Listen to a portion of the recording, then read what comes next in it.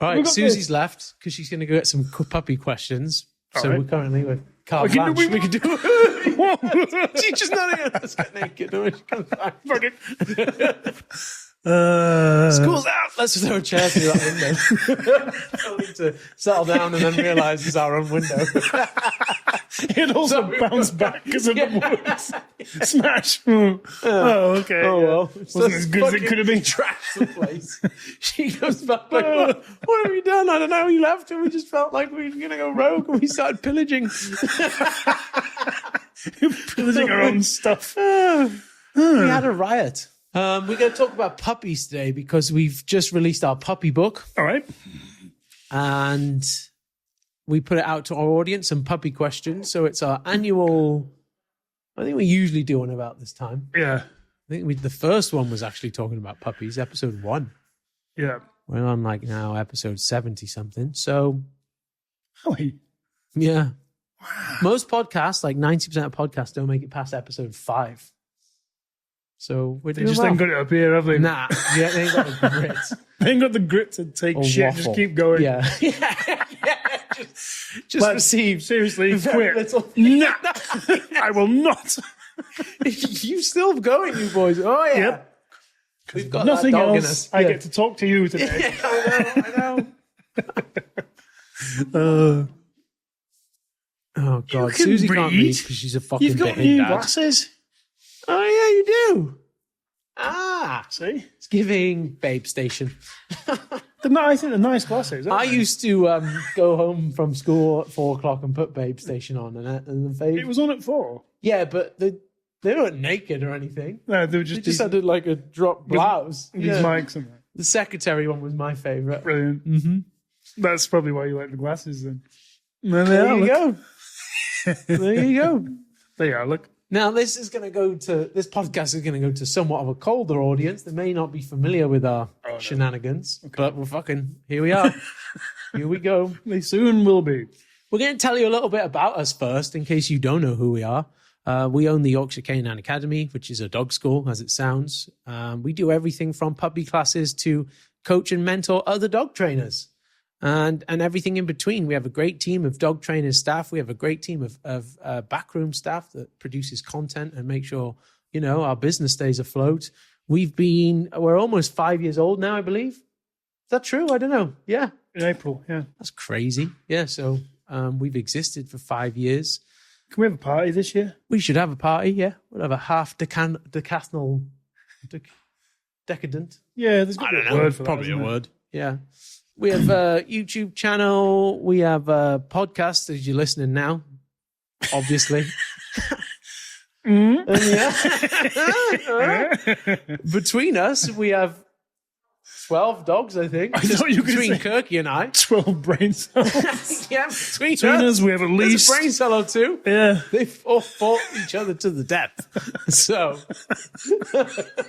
yeah, here we are. We do know dogs, though, somewhat. We've trained a lot of them. We got a lot of them, like you said. We've got a lot of them between us. So we wrote a puppy book thinking, we might have something to listen to. Yeah. And we're going to send people this podcast that bought our book. But also you might not have bought the book. It's currently $2.99. We're giving away 100% of the proceedings to charity. It's $2.99 because it might be shit, the first version. We wanted to sell it for $20. Probably is. Yeah. Probably is. No, it's good. Not totally exhaustive, though, is it? Nah, it's not. It shouldn't exhaust you. It shouldn't be too bad. So go my give dog it a there, listen. look. There you are. There's one of your dogs. There's a bloke. Speak of the There's a devil. bloke wandering around where we know. Think they know him. Your van is like a dog charity shop. Just kind of is. Take one out. There you go. He had them just like in his own van the other day. Did he? There you go. Can I borrow a couple of dogs? I say, I've got Yeah, some I guess spares. so. Yeah, there we go. Look, those two will do. So yeah, we train dogs from all over the world. We have 2 main programs, really. We have a 5-day intensive boot camp, and then we have an online program, which we call Training with Instinct. And we've probably trained a dog in every continent at least. Yeah. Maybe not like the snowy ones. Maybe not where the polar bears and penguins are. Did you know that a polar bear would never meet a penguin because they're in different poles? That's interesting, isn't it? I don't know whether it's true or not. It's possible that a polar bear... Go on. That's the old Chatty G. I hope it's true. How should I term the question? Would polar bears and penguins ever cross paths? All right. Would polar bears I'm sure I've read this somewhere a long time ago. ever cross? Maybe it's a particular type of penguin, like an emperor penguin. Yeah, it's pretty crazy because like Australia has penguins, so they're not like exclusive. And the Galapagos Islands, it's not like exclusively cold weather, dude. We have puffins, which are pretty close to penguins. Yeah. Better at So- flying, though. Probably not as good at swimming. Short answer, no. Polar bears and penguins would never naturally meet. Polar bears live in the Arctic, the North Pole region. Penguins live almost entirely in Antarctica, the Butter South me up Pole and region. call me David Attenborough. I don't know how true this is because it's like, What do you mean? It's ChatGPT. It knows everything. yeah, it fucking knows. It knows 12 things. Okay. You know best, Ian. You are a bird guy, though. Yeah, see? But we know that they're in the Galapagos Islands, and I don't. So maybe they're predominantly in Antarctica, but there's definitely a lot in. Yeah, other but there's no places. polar bears there. I'm not saying they're only in Antarctica. What I am saying is there's no penguins and polar bears that are naturally in the fair same enough, place. Because if polar bears are not in Australia. Yeah, no, not naturally at least. But at the same time, Come on.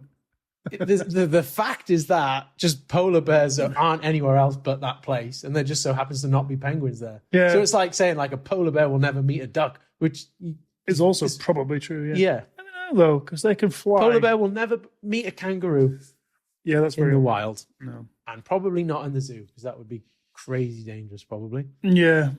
there's only 5 animals that will go out. I think have we done this fact? This might be the second time we've done this fact. That's okay. There's only 5 animals that would go year. out. Yeah, new listeners, new year. We'll get to puppies. There's only 5 animals that will go out of their way to kill you. What are they? Human beings. Right. No. But animals. No? Okay. Non-human animals, we'll say. I feel like predatory stuff then, like fucking big cats and bears. Tiger. Yeah, that's one. Polar bear, since we're topical. Is one.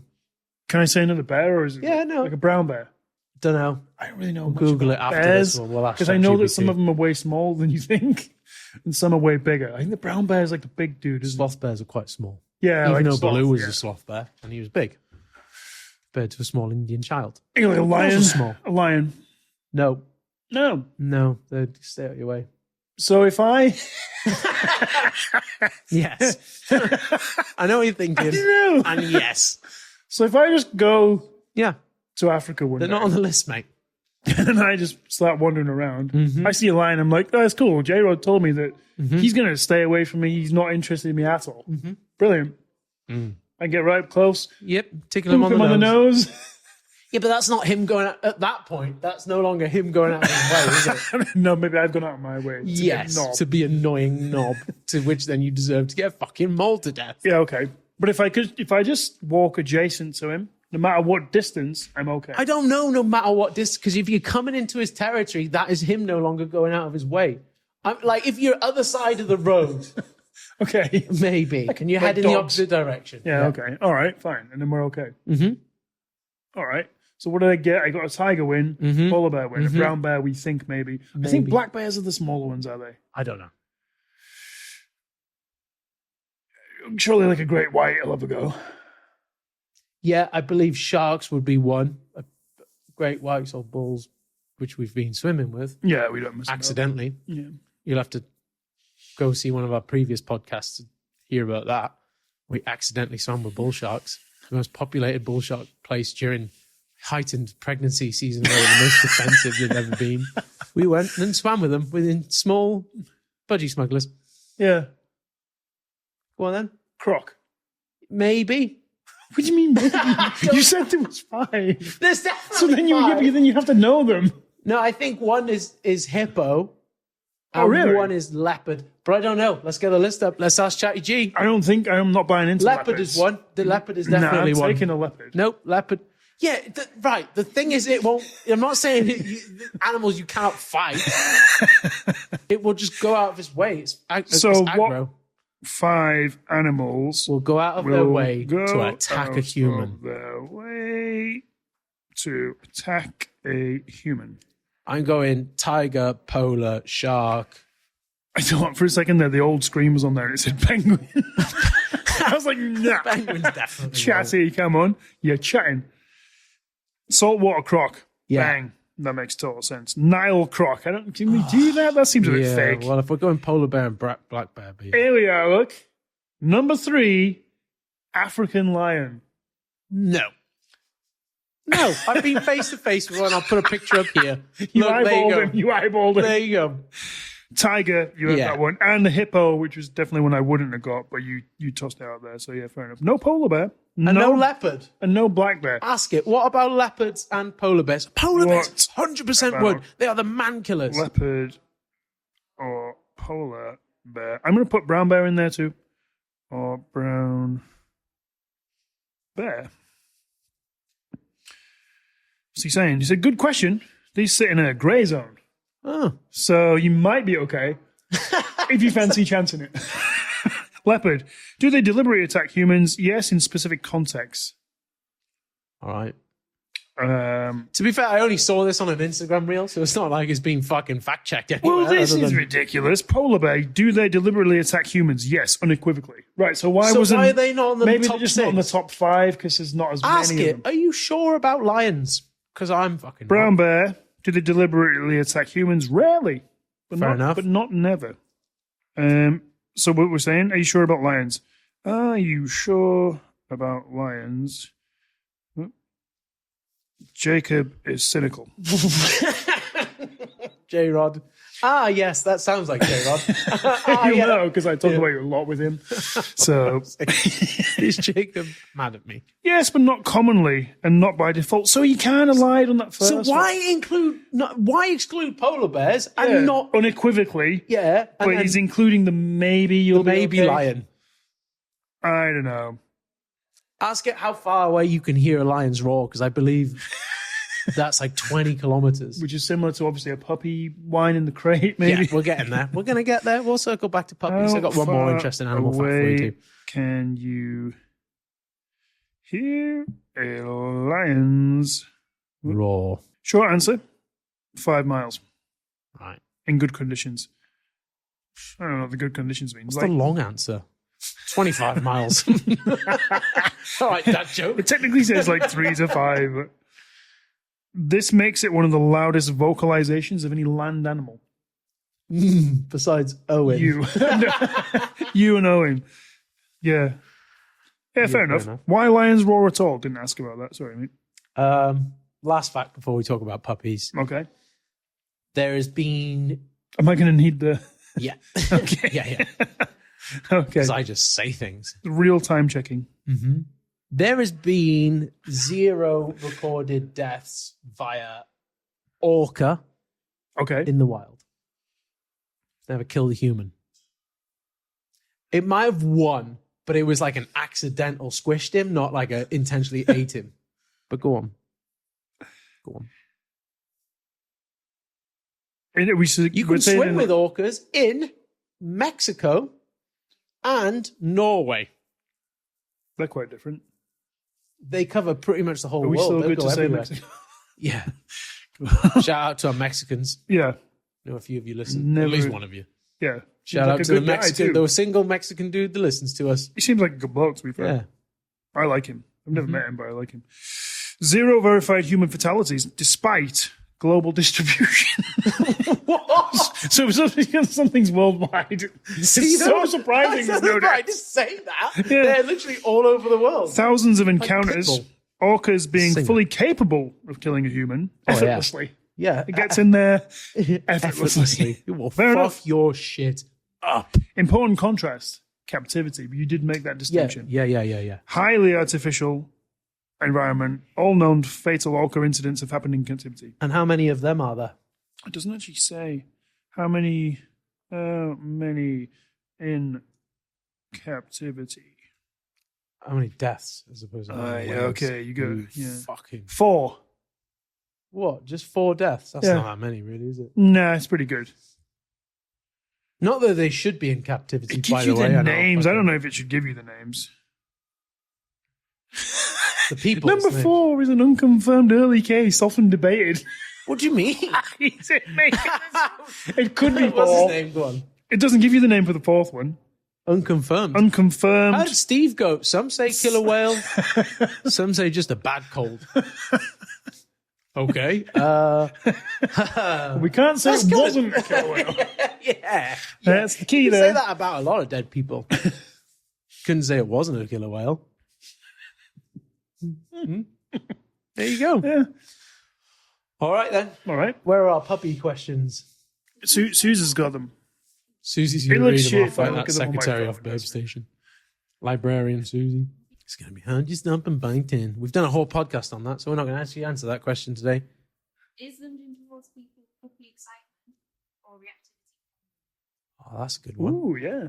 That's a great question. So the question is lunging towards people puppy excitement or reactivity brewing? That's a great question.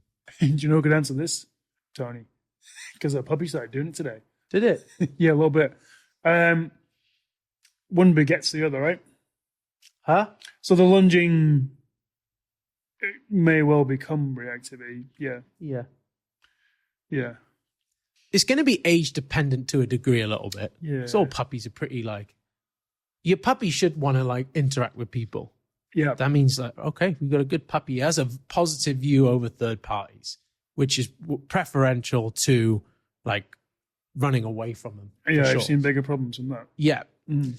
And then the second thing we need to caveat is like, can you bring your puppy's attention away from that person? Like if you were to try, if the answer is no, then maybe, yeah, reactivity brewing. If the answer is yes, I'd be like, oh, you haven't got a problem then. Yeah, Fair enough. yeah, it? for sure. Is that Yeah, like correct? we've spoken before, even in terms of a lot of it's like forwards and backwards engineered, isn't it? Which is going to be one of my points later on when I was thinking about. You're going to hold it, are you? Shall I not just fucking more? No. Bide your no. time, mate. Don't blow your load too soon. Okay. Let's give these fuckers something to listen for. Yeah, okay. They have to trudge through our bullshit if you want some dog training. I didn't mean to call you fuckers, by the way. But if you think, You've got little coughies, have you? it's just like, yeah. Nervous. If you think of like when we talk about reactivity stuff, like social based reactivity with an adult dog, you're always like, and it's a great point, you want your dog to be as social as you possibly can. So long as you balls have just dropped on the podcast. Oh, sorry. Don't edit that out. That was great. so long as we've got the motivational deck to get him back, right? That's correct. So it's kind of the same. Yeah, you would actually much prefer your dog be a hypersocial dog Yeah. and want to be with everyone. But then the problem there lies is like, all right, but do you still have a certain level of control Yeah. or motivation Yeah. towards you?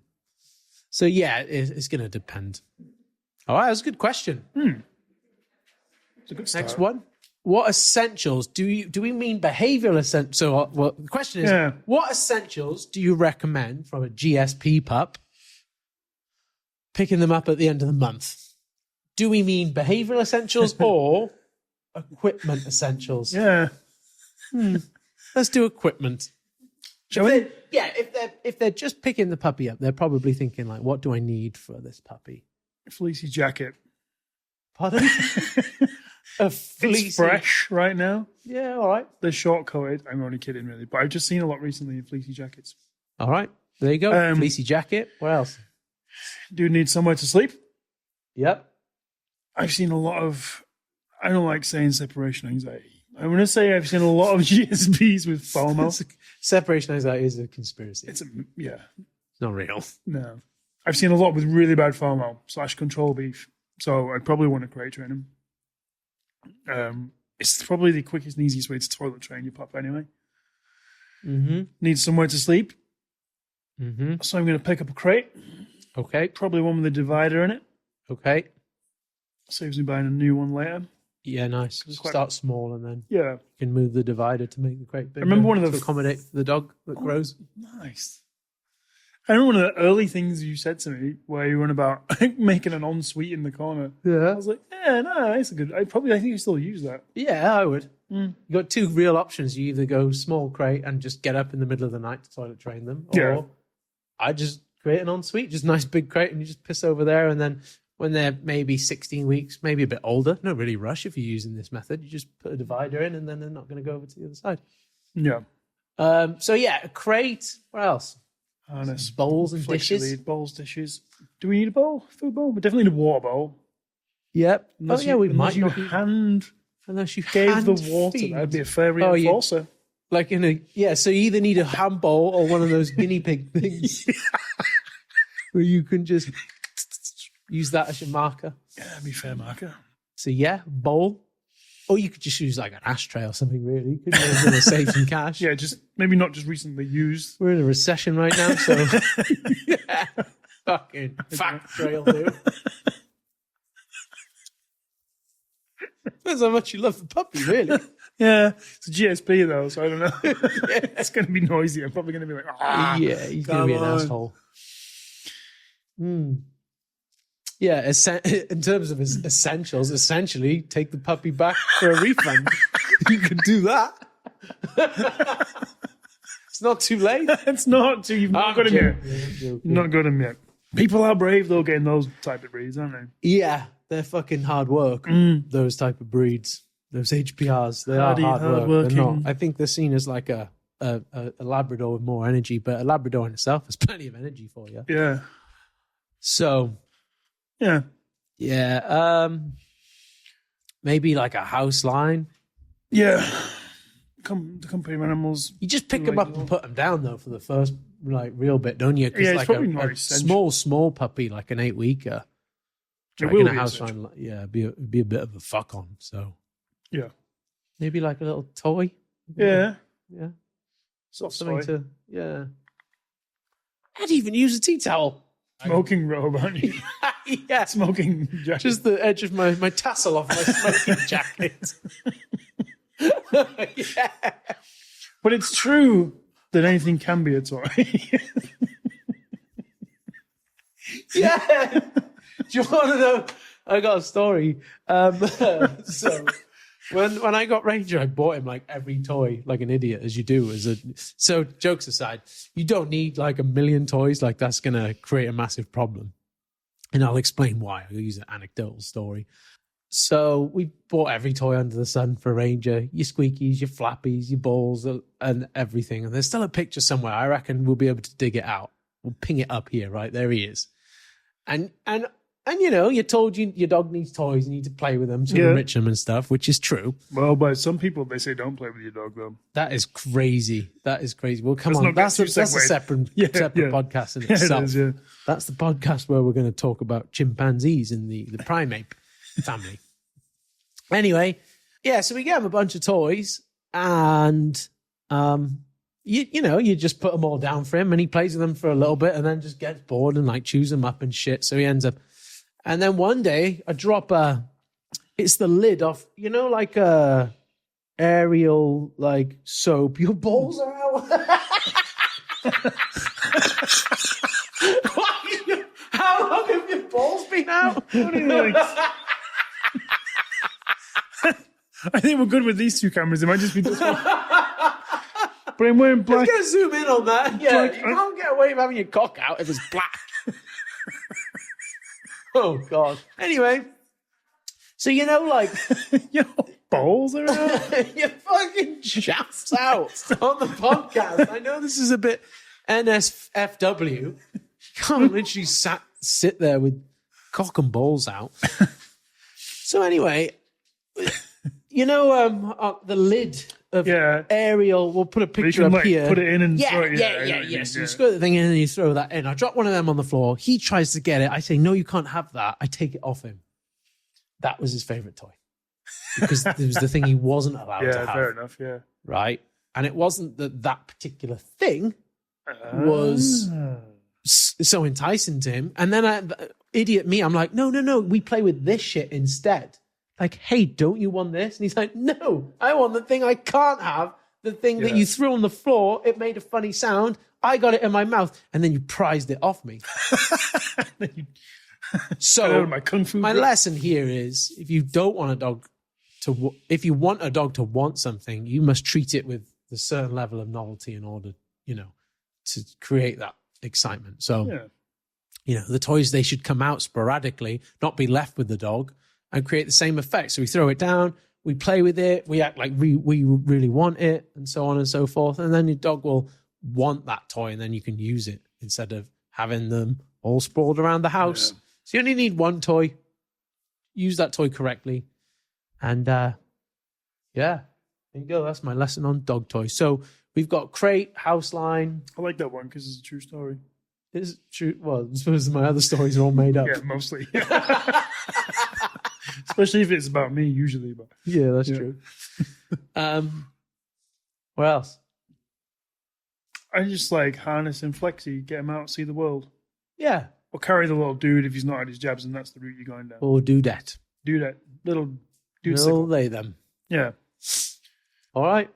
Yeah. Because I do have like, can I wear all my right? tin hat for a minute? Yeah. You okay? Tin hat's on for a moment. I don't Yeah. routinely vaccinate my dogs. I do titer testing and what have you for personal reasons. Personal, religious, ethical beliefs. Yeah. But if you're going to do it, I get it. Fine. Your choice. But what people do is not, or don't do, is take them out in that period. I think that hurts them a bit. So just get them, put them in the jacket, carry them, let them see life. For sure. When people go, oh, cute puppy, and trying to touch him, obviously you clock them, you knock them out, Kung fu. cold. Yeah. Just Then you like ask I them do if they to want Josh to- from Canine Optima. Knock him the fuck out. Why'd you Just have like to that. get one in on him, man? Just Throwing it out there. No, but on Yeah. a serious note, like get them out because you can miss, especially, do you know what I've seen happen a lot where people the breeder gets them vaccinated with one creepy brand. And Yeah. then the person goes to their vet and they're like, They- oh, well, we don't have that brand. So we're going to have to start fresh. You're And not then- able to take your puppy out until like 15 weeks. Yeah. And by then, You've only got 1 week left of the critical learning period.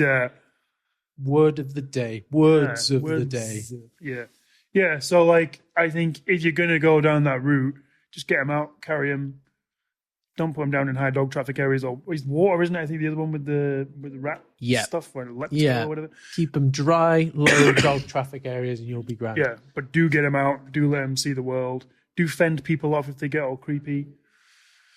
Yeah, I truly do believe one of the most dangerous things you can do with your dog is keep them cooped up in the house for that 8 to 12 week period where the vet tells you not to take them out. I think is seriously dangerous. Jokes aside, Yeah. if you don't know, you have a... It can be Which navigated. we've talked about extensively in the book, by the Yeah. way. We'll put a link in the description if you want the book. Yeah, we have, yeah. Nice. You got a 6 to 16 week period where, your dog your puppy's very impressionable at that period. You want to show them the world so it doesn't spook them essentially. So the it's not really a metaphor, but the deer, as in a doe deer, has a 2-hour critical learning window. Good knowledge. All it'll see really in that time, get up, I got faith. is its mum and its siblings, if it's got Yeah. any, right? And Yeah. then therefore it closes, and as a defense mechanism, You're it becomes okay. scared shitless of everything else, which is good for it because it's a deer. Except fireworks. Yeah, that's true. You know my thing with the... Yeah. Anyway. Lions, when we went to safari, they're pretty... So they have acclimatized to trucks, Okay. but they've not acclimatized to humans outside of trucks. Yeah, okay. So they will get defensive and go into fight or flight if you leave the truck. But you could pull a truck up to a pride of lions, like, yeah. 'cause Wind they're the not window on the down, list. maybe? Because you're not outside. well, no, they're open, the safari trucks. We've already shown the picture, but yeah, they could climb in and just fuck you up. There's nothing stopping. There's nothing okay. between you and these lions. Yeah. It is crazy. Hence why I believe them to not be on the list. Do you know what is crazy? We've spoken about this on the previous podcast, but do you know what is crazy? The socialization that they intentionally do with these lions is literally just like, if they get a little bit nervous, we just park at a threshold where their body relaxes. And then once that happens, we get a bit closer and we repeat that process until I'm like, yeah, that makes sense. It doesn't really need to be any more complicated than that, does it? No. It's like training a reactive dog or exposing a puppy to the world. Yeah. Circle back there.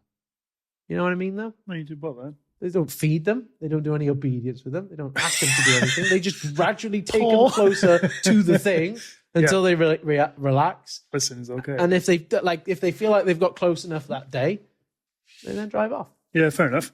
Yeah. But if they feel like they can push the boat out a little bit, they do. Yeah, nice. If the lion runs away, the next day they start a little bit further away and try and creep over that threshold. But they do creep over threshold. Anywho. Go on then. On there, next question. Oh, nice. How do you balance exposure to things, sounds, etc., without tipping over into flooding? That's a good question too. Go on then. I'm kind of opinionated on that too. Go on then. Don't know how much people worry about flooding a lot. Yeah. And I think with puppies, so like, your problem is if you get like an older, spicier dog and you stick in a situation that it finds too difficult, it might take an option that you can't then, I was going to say fix, that's probably not the right word, but you can't intervene successfully so that the dog learns something solid from it. Mm-hmm. But like, if I brought a puppy in here now and he's a bit like, oh my God, look at Susie and these tripods and J-Rod, I could probably just sit here with him. He's not capable of an emphatic reaction. And he'd probably go, oh, okay. Mm-hmm. And then he'd come over and sniff you. You'd probably pick him up and do that thing you do in the face. But all that, do you know what I mean? It's like, I don't know how much, like I don't know what you're going to flood them with unless you went somewhere pretty wild. Yeah, with a puppy, I think you probably have a fear of doing too much. But I think it's, unless you've got a fucked up dog, I don't think that's going to happen. It might be more likely to happen with an older dog that's maybe had trauma.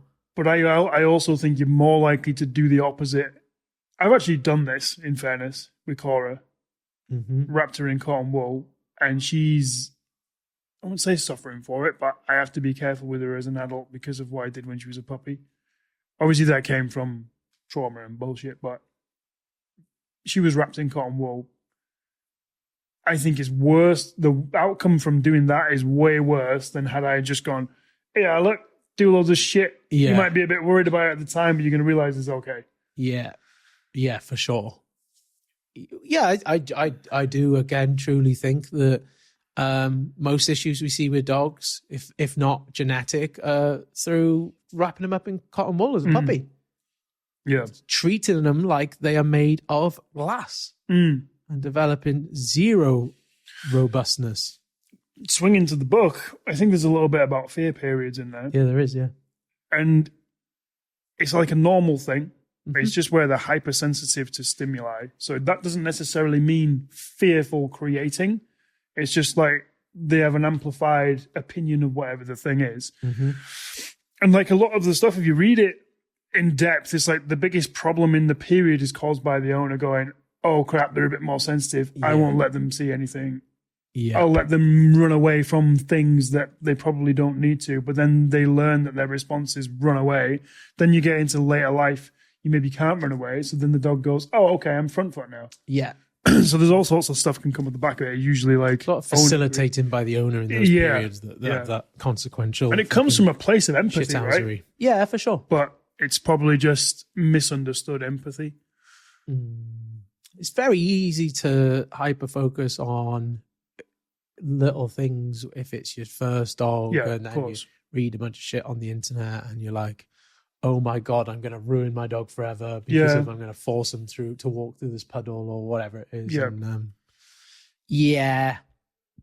And, And then we had a long chat with my mentorship group the other day talking about how, people blame novel one-off of trauma events for their dog's behavior, but more often than not, it's just a lack of robustness through the bubble wrapping of their puppy. And then eventually when life hits them, which it will do, it potentially actually does create trauma, that event, but the dog has been traumatized, unlike a robust dog would be traumatized that wasn't wrapped in cotton wool because of he's not being adequately exposed enough to stress, right? So the point I made, which I kind of want to go back on very slightly, was What? Are they going to listen? I don't know. Listen, what I said before was Off. Not totally true. All right, go on. Well, I said, it wasn't. The dog isn't reactive because it was traumatized because it was attacked another dog. It was reactive because you've raised a pussy ass bitch dog. Yeah, fine. But the event may have been traumatizing, to be fair. Yeah. But it's only traumatizing because you raised a pussy ass bitch of a dog. Yeah. Whereas, like, again, a couple of my dogs have been chinned by other dogs and they're not traumatized by it. Bumble gets chinned all the time. Isn't it? I don't care. Part of the craft here, isn't it? Yeah. I say all the time, that's obviously not totally true, but he's been chinned a number of times because he's a bit of a pecker. And he's just like, all right, I think I deserve that one. It was a bit of a pecker. Yeah. But he's pretty solid as a dog. Yeah. Yeah, for sure. Solid Airedale Terrier there. Yeah. Thick set thing, isn't he? Yeah, they're Stacked dense. and jacked. They're Yeah, dense. he's particularly Very like dense. in the glute area. Yeah. Anyway, go on, I think is the next question. I think we answered that one. How to correct a pup that reacts anxiously barking on hind legs to other dogs? Barking on hind legs anxiously. That's a weird response, isn't it? That is an interesting one. I can't see that puppy being that young. Good knowing. Come on. It's a little difficult. Well, obviously, it's difficult to know whether it's antisocial or social, right? Yeah, but 'Cause people the use of the assume- word anxiety just breaks me. It's the unknowing of the future. Your puppy hasn't even lived yet enough to be worried about what might happen in the future. Yeah.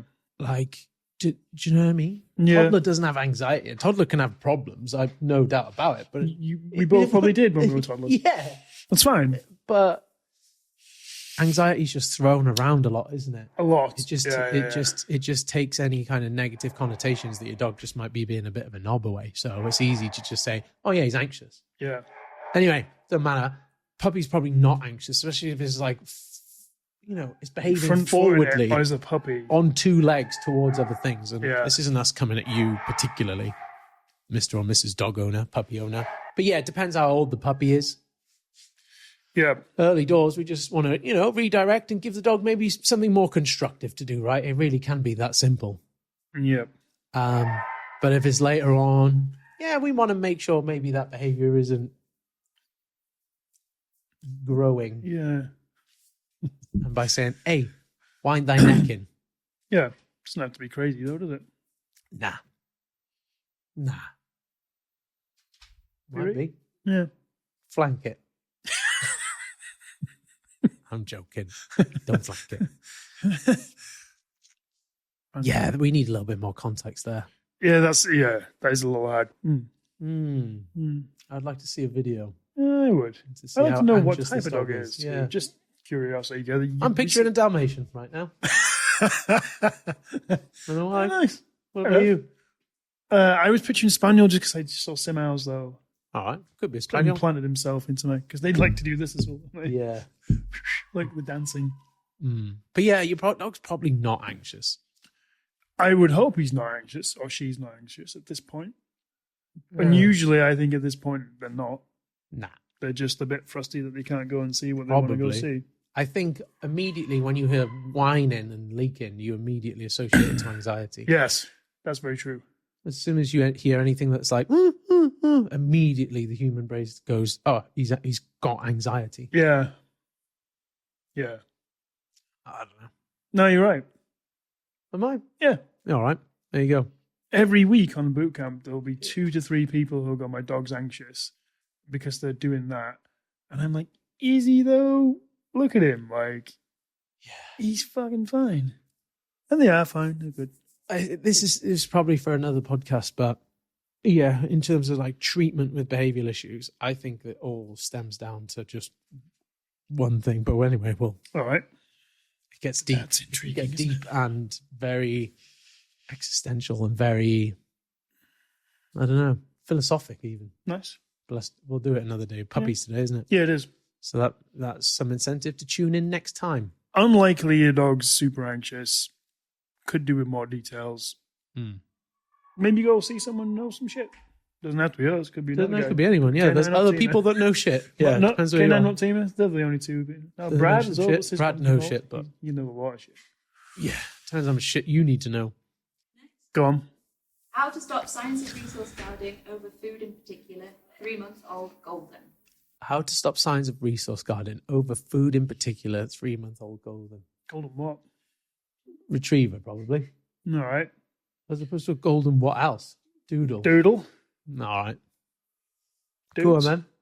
I got some points to make. I don't have a great answer, like a solution, but I got points to make. Controversially, food is kind of the only thing I'm like, yeah, I get it. Yeah. I get that. But I mean, like classically, it would be if you're going to continue with the bowl feeding, if that's what it is. If it's like a long-term chewy thing, that's where it starts to get a little bit sticky. You could avoid giving them that. If it's the bowl thing, put part of it in the bowl, go past, add more to the bowl so they know they're not going to take stuff away. But I'd be hand feeding anyway. 3 months old. Yeah, but one of the points I was going to make is I see a lot of dog trainers when resource guarding comes up. They just go, oh, yeah, hand feed. And I don't think that's a solution at all. No, I don't think it's a solution. It's a circumvention. Yeah, nice. Perfect. Yeah. I'll put it is a circumvention, which sometimes is fine. Yeah. Yeah. Sometimes if your dog attacks a Hoover, just put him in a crate when you get the Hoover out, innit? Or do I do don't hoover. Yeah. Or you can It's just fine. do that. Sometimes you make it some build up of dust and particles, but it's okay. Yeah, I had a call with one of my mentees and he was asking me about fucking like, what do you do for dogs that, and I give him like a 20-minute answer of step by step. And he was like, out of interest, what do you dogs do? And I was like, I don't know, they go fucking crazy in my house. It is like fucking bedlam. The whole house vibrates. Dada jumps out the window. I'm throwing sausage dogs into the crate. I'm kicking Kobe back into the dog room. It is fucking nuts. But it only happens like twice a week. And that twice a week is way less effort than going through the solution I gave my mentee Yeah. over 6 dogs. And I would class that as circumvention. I don't know about the bag yet, but I got out of the other 5, there's only one, like some of them I have to push out of the way with the Hoover. It's like fucking Reeds. It's just like, Doesn't care. nah, Blue's the Interesting. same. Like, All mine attack it. Do they? 6 from 6 That's got to be attack an it. associative thing, right? But then Bumble will go mental at it. Oh, Stark doesn't care. If I've got the vac, he's okay. Yeah, nice. That's funny. But I don't know about Flea yet, but I can only assume from the apple catching incident that he go crazy. No, yeah. I'll give it a test tonight, maybe. Anyway, resource guarding golden retriever. Well, when people spot resource guarding, they do a lot of things that end up making it worse by Yeah. trying to fix it, by giving that too much attention. Yeah. I've said this in the past, but there's a few of my dogs that could be resource guarders over food. I would just never know because I've not actively gone to test it. And by testing it, you might trigger something that wouldn't have been there otherwise. Yeah. So I Yeah. think, in fact, I'm certain I could go up to each one of my dogs, pick their food up if, for whatever reason I had to. Yeah. But if I went and like actively tried to work on that, Yeah. I've only, you might only have a few repetitions of working on it before you make something that wasn't previously there. yeah. Do you know what I mean? I know exactly what you So I mean. might as well reserve those repetitions for emergency scenarios. Yeah. I am very, very sure none of them are going to have an issue with me going near their food, right? Bumble does. But yeah, fine. But I think trying to deal with it Yeah. by putting hands in and out, taking bowl away and giving it, This is you're my going to point, make it right? worse. So with Bumble, I bowl feed him. When he's finished it, I can recall him away. I can go pick his bowl up. And there's a little bit of like hesitancy, but he's fine with me picking it up. You can see there's a bit of weirdness about him. It's just a But like, weird why bug, would I isn't it? want to touch it whilst he's still got food in there? I don't know. Because I would do the same fucking thing. If he Yeah, came you're over, or if mid-meal. he does come over to me, he has done in the past. He's like, "Oh, well, what about yours?" I'm like, "Fuck off, sunshine. It's mine." Yeah. So I get it entirely with that. The bit obviously when it gets crazy is when dogs start resource guarding tissues and whatever, but that's different. Yeah, that's a different story. If the dog is resource guarding something that has no contribution to their survival, you've just got an asshole. Okay? I'm going to say it. And you've probably created it. Yeah. Well done. Yeah. You've got a fundamental breakdown between you and your dog that he's Yeah. going to pick up a tissue and try to fuck you up over something he does not need. If the dog has been starved and you're putting fingers in food and shit like that, maybe a different story. But if your dog goes and picks up the TV remote, takes it under the table and says, come get it from me, motherfucker, I don't think you've got the healthiest relationship with your animal. Okay? Here's the thing then. So I've seen on the Insta Waffler where people, like charities or rescues or whatever, they get the fake hand thing and they do like a bowl test to see if the dog can be adopted. I don't think that's fair. No, it's not fair. It's weird. I don't think that should be a criteria. Yeah. But even if someone put a bite mitt on and did the same thing, I don't think it's fair. Nah. Just leave a man to his food, bro. In it. Because of, I can't think of a time, and I'm trying to think back, like how many times have I had to like stop my dog from eating? Like occasionally one of the dogs will go for one of the other dogs whose bowl is not theirs. Do you know what I mean? But that's a different thing anyway, isn't it? That's just like no, it's not yours, mate. Yeah. But they're probably not at the point of resource guarding it because they're not at it yet. Yeah. Because I don't know about you, but I have cohorts of where I feed them. So I've got 3 in one room because they're cool with each other. I've got 2 separate. Yeah, we just feed the sausages separate and I've never had a problem. I just don't want that, like what you said a minute ago, I don't want there to be the possibility of a problem arising. In it, just for the sake of like separating the dogs. Yeah. We've had inquiries in the past where it's like, oh yeah, our dogs are fighting over food. And I'm just like, kind of do that. Yeah. To a degree. I remember when like May was first knocking about and I fed Darla in the kitchen. Talking about. She started lingering. Darla was in the kitchen eating her food and Martha was just like not being socialized in the way that like you didn't know that you can't just go up to another dog's food and eat, and Darla fucked her up. Didn't hurt her but it was but let her know that that's probably not. And I didn't go like punish Darla. No.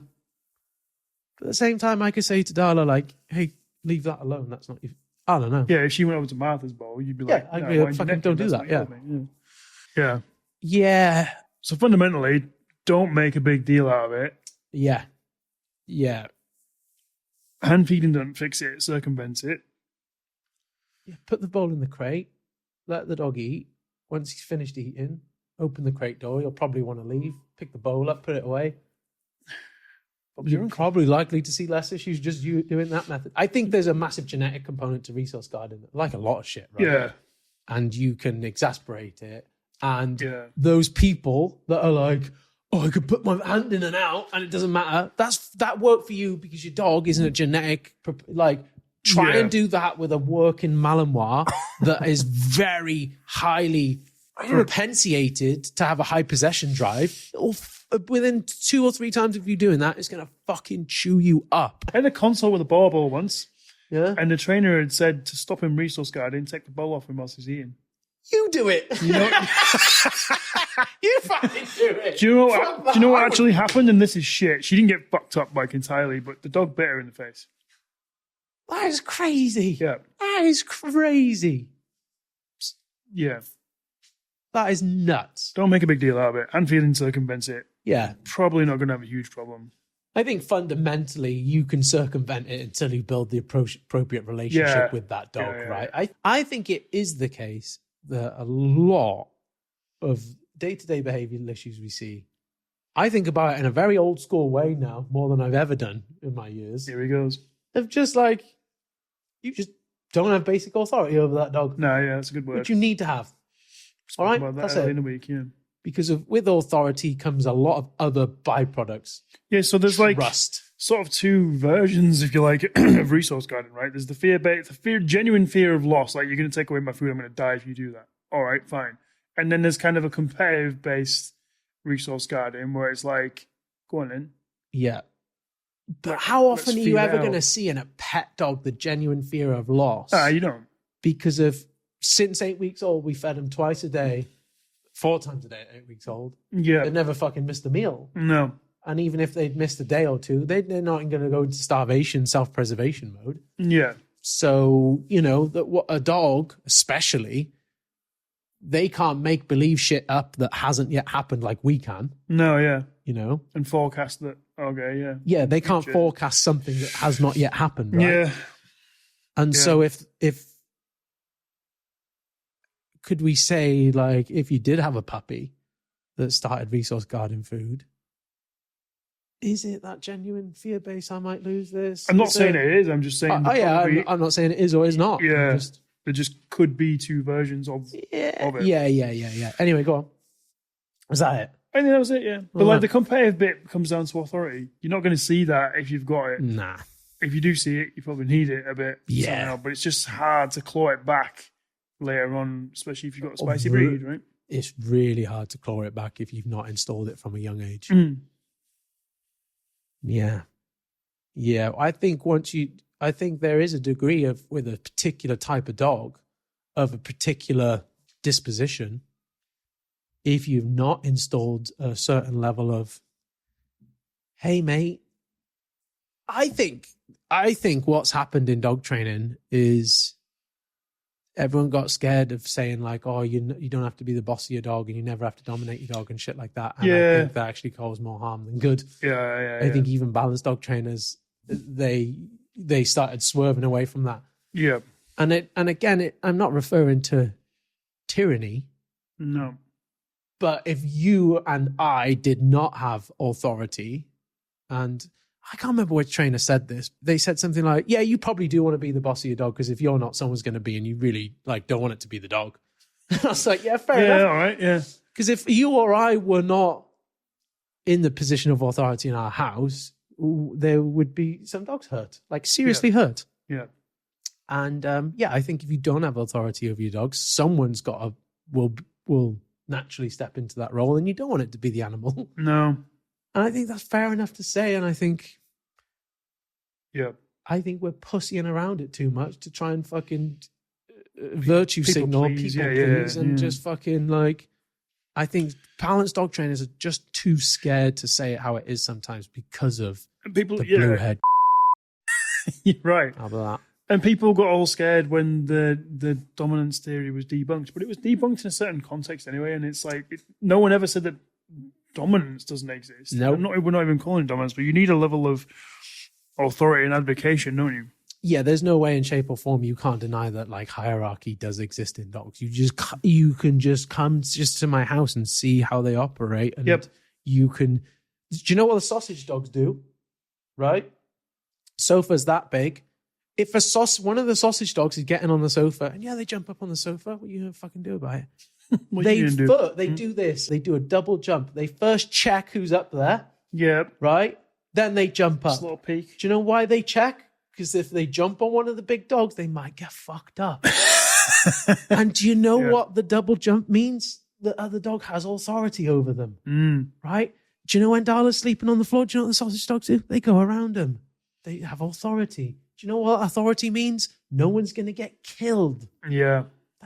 We don't have fighting because of authority. If there was a lack of authority, we would have conflict. Yeah, nice. And with conflict, there's trip to the vets. And the reason that Stark and Kobe have an energy between them that I'm not comfortable with is because of there's a lack of authority established they've never between had the chance two. to properly figure it out. Whereas that same level of energy is not present between Stark and Darla, Stark and Ranger, Stark and I, right? There's just an atmosphere in the air between Stark and Kobe, and they can be around each other. Last night I had Stark on me here, Kobe was on the floor. Like, they can be around each other, great, but there's in some context just a level of energy that you can just feel it in the air. Yep. And the posturing and how they look at each other, and that is because they have not. Now, unfortunately, I cannot let them establish authority because they would fucking kill each other, right? They would end badly. Fortunately, though, I have authority over them both, and we don't kill each other because of, if one says to the other, hey, what the fuck are you looking at? The other one would say back, you motherfucker, and I can say, no. Also you motherfucker. Yeah. I can fucking metaphorically knock their heads together and say, you don't be a dick, and you don't be a dick. Yeah. And I am able to do that because I have authority. Now, you might argue, well, that's fine. I've only got one dog. Okay, but you have to then take that dog out in public where it's going to be faced in certain situations where it doesn't need to establish. Or, we've seen dogs that go to daycare that are assholes, and they have established authority over every other dog in that daycare. Yeah. And he's not a problem dog until a dog comes in and challenges authority. Then he starts fight. Anyway, that's my 2 cents, mate. So yeah, It was more than 2 cents. It's full dollar's worth. 99 cents. But yeah, I'm quite passionate about it. And actually, the more I live and learn about dogs and see them, and the more actually... I think it's like, I wouldn't say easier, but like when you got a whole shed load of them all living together, you literally have to observe it. Yeah. All day long, everywhere. It is, you're totally right. It is like, I don't know, it's like just living in their fucking habitat. It's weird. It's just, and my dogs freely operate a lot. So I do see a lot of like organic behavior happening. Yeah. And I could watch them all day, every day. And just like how they get on with each other, what they do, the dynamics between each other. And like how one will pick up a stick and then I'll every single daily walk, I'm just learning lots from my dogs. And I think that you'll be the same. And it just gives you a crazy advantage being able to just see them.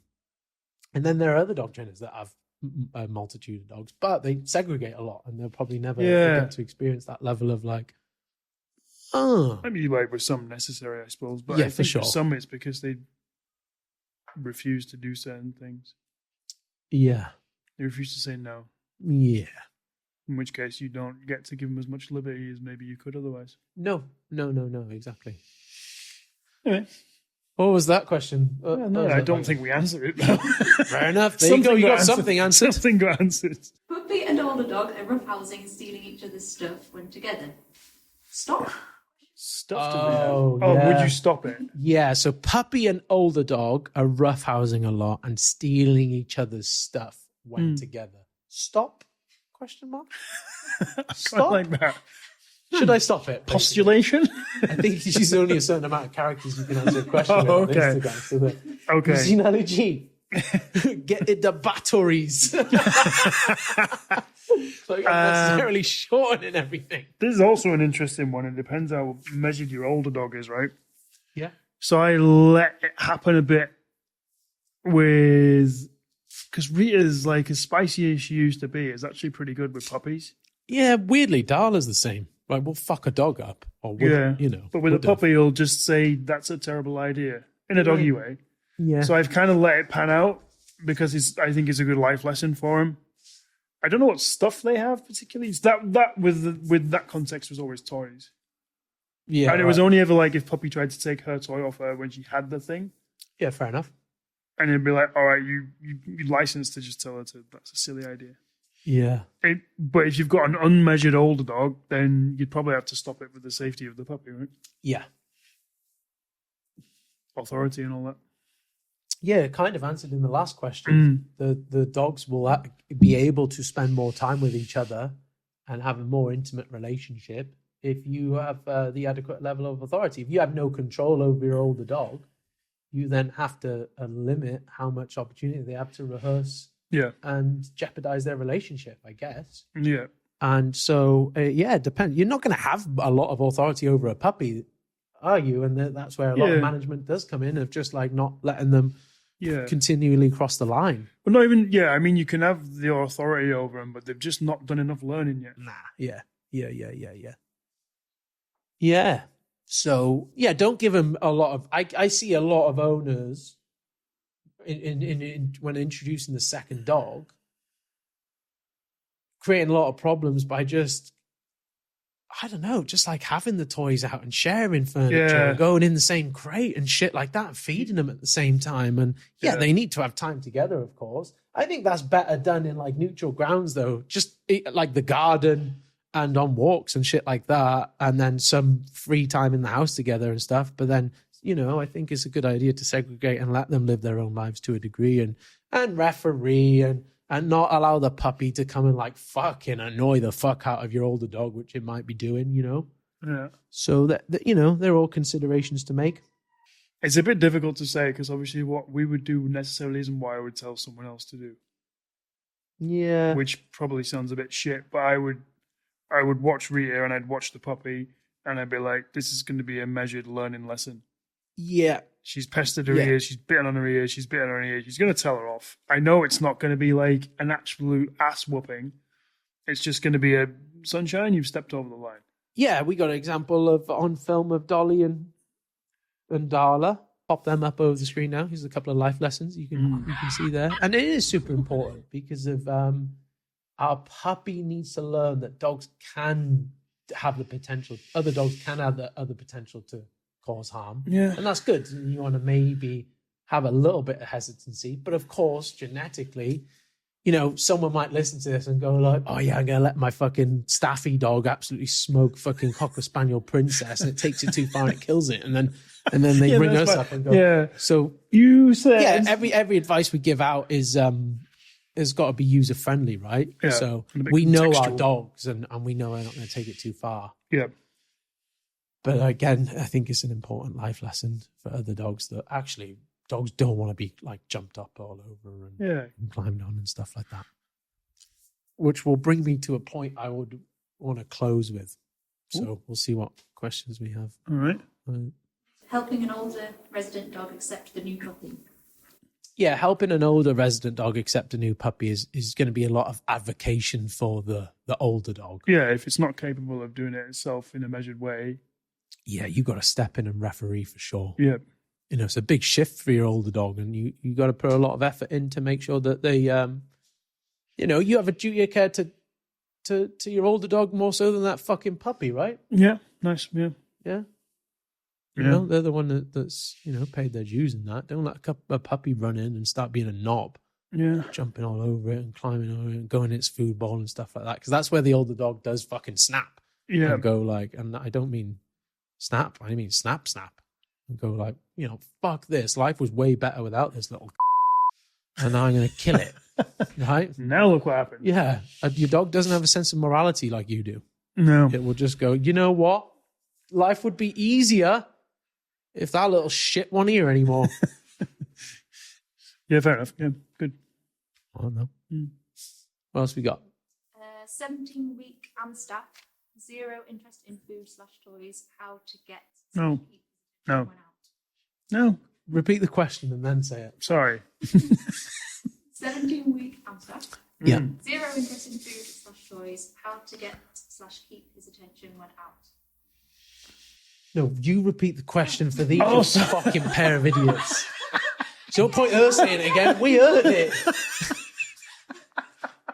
Fuck me. I was still annoyed about it, but I was just Steam coming out of your ears. I was just like, no. Okay, 17-week-old Amstaff, not interested in food or toys, how to keep attention when out and about. I'm just not having it. No, I'm not either. Yeah. Like, I don't want to just continue to agree with you because we're mates, but yeah, but I mean, even if you take toys out of the equation, dude's got to eat. yeah. Has to. Dies Yeah. if he doesn't. Yeah. Will eat. Yeah, this person's asking the question like, since they've got the dog, the puppy has not eaten since they've picked it up. I know, yeah, which that's is a way bigger problem. Yeah. It's dead. Puppy dead. What do I do? Well, that Well, might be fucking bit explain the late now, innit? disinterest in food and toys. If it started itself and it's just a lifeless fucking. He's dead. Right, that makes sense. What I imagine is more of the thing is freebie foods, Yeah, and satiated. then going out and making context pretty difficult, and then the dog's going, no, I don't want this because all this is going on. Yeah. Yeah. If you're going to give the puppy whatever it wants when it wants in the house, it's not going to want it outside the house. Think about back to my toy anecdote. Yeah, perfect. That's literally it. That's literally it, but that applies to food also. Yeah. And food is even more up there because it's like, it's necessary for survival. Like, Yeah, if you I'm not saying it's if a you've better got a reinforcement. puppy that isn't readily taking food, like it's user error, unfortunately. I suppose, like, can fix it, though. make sure there's no medical thing. If Yeah. if you're truly not eating its actual meals of food, go to the vets and be like, my dog doesn't eat its meals of food. Yeah, Try not to get into the cycle of swapping food, and that's another telltale. So, like, if it's interested for a couple of days on a food and then goes yeah, and then you cycle the food and it's interested and then it's yeah, it's not that it's not interested in food. You're just not maybe leveraging it correctly. yeah. And any more flus? Oh, this was another question that was asked to me the other day. It was what age should I or could I introduce the e-collar? I've got a long and short answer.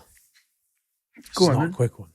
Give us the short one. 6 months. Yeah, but if you think of like a working cocker as an example, at 6 months they're basically fully Grown, yeah. that's them then, isn't it? Yeah. Basically, your puppy's going to have a pretty good recall up until a certain point, and then what you want to be ahead of the curve. They're going to get to a point where they're more externally drawn, and they're going to start fucking off, basically. And that would be a good point to introduce it. That's typically around like 5 to 8 months. It's going to depend on dog to dog. But if you introduce the e-collar, then you'll use it proactively as opposed to reactively. Proactive use is always way better than reactive use. Yep. I had a similar question on the trainer course the other day, answered it in a very similar way.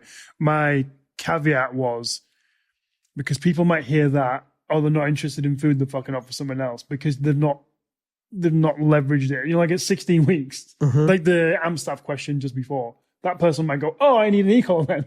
Yeah. No, you probably don't. You probably need some actual training Yeah. first. Yeah. But yeah, you're totally right in terms of like, right, okay, use it proactively rather than reactively, levels a little bit less. Any more for any more? The rest are all like teenage, 7 months, 6 months, teenage. Yeah. So, if your puppy is over 6 months, no longer a puppy Yeah. now, and you need to fucking train your dog. No, I've got a 24-month-old puppy. Mate, we had one the other day. 36-month-old puppy. That ain't a puppy. That's a grown-ass fucking man. Right? People. What? Yeah, I think we've been through that before. But Yeah. We're only It's like if talking you dogs say it in under 6 months. It's younger. Yeah. 36 months. Isn't that? Hang on, I'm terrible at maths, but I'm pretty sure it's 3 years. If they had a human child, they'll still be breastfeeding at like 5, 6 years old. I can guarantee. Yeah. How old is he? 48 months? Bitty. That's 4 years old. He should not be sucking on your milkers. Right, no. Alrighty. Has he got to go now, is he? What for? I don't know. Summonsed. All right. Ah. There we are then. You head into the Golden of Acre. The Golden Acre. The golden acreage. Yeah, so I'm going to give you my closing point now, which is going to be a controversial take. You're going to have it, but before you go, interested in either one of our mentorship programs, Kirky runs a dog trainer development program. That is for those that have not yet refined their skills. If you're a dog trainer that's got that imposter syndrome, you want some clarity, you want to see the hand in front of your eyes. What is it? What did I say? I don't know. You want clarity. Yeah, you want to learn how to solve people's problems. And I'll make a quick point here. I think one of the biggest disparities between dog trainers isn't how they solve problems. It's what do they deem as a positive result, right? So a lot of dog trainers say, yeah, I've got the 5-star review. I've solved the problem, right? And I always look at other dog trainers like reviews, but how the reviews are worded. I don't go and look at their bad reviews. I go and look at their good reviews. And I go like, what does that review say? Does it say, yeah, we've been working for so-and-so for 12 months and now we have the tools and we feel better prepared? Or do they say, those motherfuckers changed my life? Ooh, nice. And there is a big difference. So Yeah, there is. if you want to become one of those motherfuckers that changes people's lives and learn how we do so here at Yorkshire Canine Academy, DM us the word development on Instagram and we'll send you details about our dog trainer development program. If you're a dog trainer that has the skills developed and maybe you're not, you can come up with those reviews, those testimonials, but you're not seeing it reflected through your income, then that's where you need to hit me up and you have to message the word cock monkey. Nice. So that was the word we settled on, and have a business development mentorship for dog trainers. This is a 12-month program where I'll personally coach you how to make a better life for you, yourself, your dogs, and those around you. To my last point. Okay. I'm gonna Be a good one now. You've heard it before, but I'm gonna convince you why you should punish your puppy early doors with a couple of caveats, and I'll try and keep it brief and succinct. I'll tell another anecdotal story based on my dogs. I've got a 4-year-old bull herder called Stark. He's a Malinois cross, but with a little bit of spice. They're going to breed some bull in there. So he's a very tough, big dog. He's a titled dog. He's a protection dog. He's a formidable animal, right? He does have a woof at you. Hope we got that on camera. Anyway, yeah. He's a pretty badass dog. Yeah, he is. I have another dog called Darla, who's a street dog from Romania. She's coming up to 9 years old now. She's the complete opposite. She is very low startle response, very environmentally weak. Wasn't socialized. There's genetic components there. I didn't do a great job either when I first got her. So very different dogs, right? And they live together, of course. I have 6 dogs. We're talking just about the 2 of these now. Now, when Stark was a puppy, given him being so extroverted, boisterous, strong, full of character, that meant he immediately took liberties, as he probably did with his litter mates, considering he was the biggest puppy there, or tried to take liberties with my older dogs.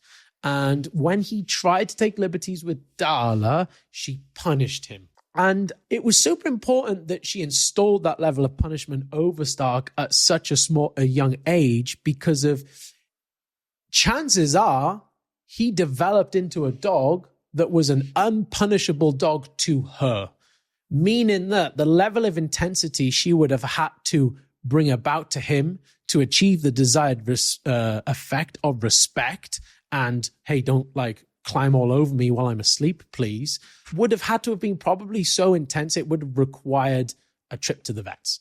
Right? Would have had to genuinely hurt him if she was at all capable. Bear in mind, he's got 10 kilos on her. He's much stronger dog. He's very robust in every way.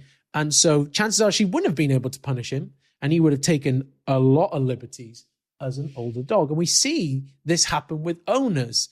They don't install any level of boundaries or teach a puppy, you're not allowed to bite me. That dog develops into a big, strong animal and passes the point of being punishable via that owner.